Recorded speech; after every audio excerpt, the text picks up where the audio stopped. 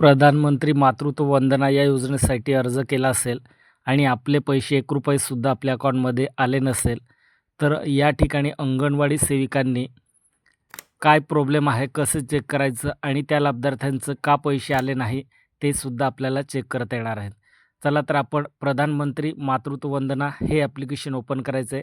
Application log in केल्यानंतर आपल्याला खाली यायचं आहे, क्रॉस करायचं आहे.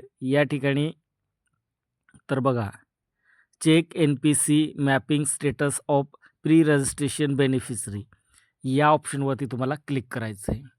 या ऑप्शनवरती क्लिक केल्यानंतर वेट करायचं आहे. बघा, आता या ठिकाणी 3-4 लाभार्थी आले आहेत, तर यांचे पैसे त्यांच्या अकाउंटमध्ये आले नाही. तर का आले नाही, काय प्रॉब्लेम आहे? कारण इथे तुम्ही प्रधानमंत्री मातृत्व वंदना या ॲप्लिकेशनवरती पूर्ण ॲप्लिकेशन तुम्ही सबमिट केलं आहे ॲक्युरेट आणि त्यांचे पैसे आले नाही. तर हा महत्त्वाचा मुद्दा आहे. बघा, चेक NPCL मॅपिंग स्टेटस या ऑप्शनवरती क्लिक करायचं आहे. या ऑप्शनवरती क्लिक केल्यानंतर आपल्याला सर्व प्रॉब्लेम दिसणार आहे.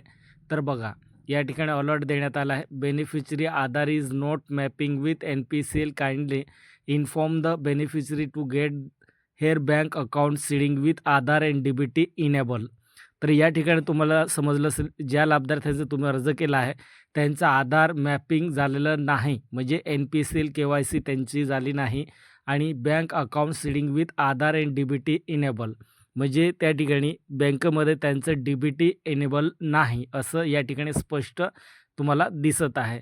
तर आता काय करायचं, जे लाभार्थी आहेत त्यांना डायरेक्टली ज्या बँकेमध्ये SBI असेल, सेंट्रल बँक असेल किंवा महाराष्ट्र स्टेट बँक असेल किंवा पोस्ट ऑफिसचं बँक अकाउंट असेल, कोणत्याही बँकेमध्ये त्यांचं अकाउंट असेल, त्या बँकेत त्यांना पाठवायचं आहे आणि त्यांना NPCL म्हणजे मॅपिंग, NPCL KYC म्हणजे मॅपिंग, आधार मॅपिंग करावं लागणार आहे. तिथे आधार मॅपिंग करतील, नंतर ते DBT इनेबल करतील. आधार सीडिंग अकाउंट सोबत करतील आणि DBT ॲक्टिव्ह करून इनेबल होऊन जातील.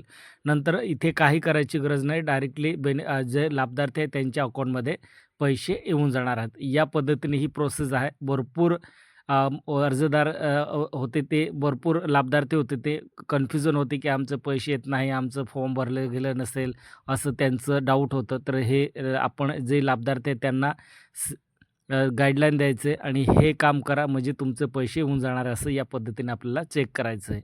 व्हिडिओ आवडला असेल तर चॅनलला सबस्क्राईब करा आणि जास्तीत जास्त हा व्हिडिओ शेअर करा. धन्यवाद.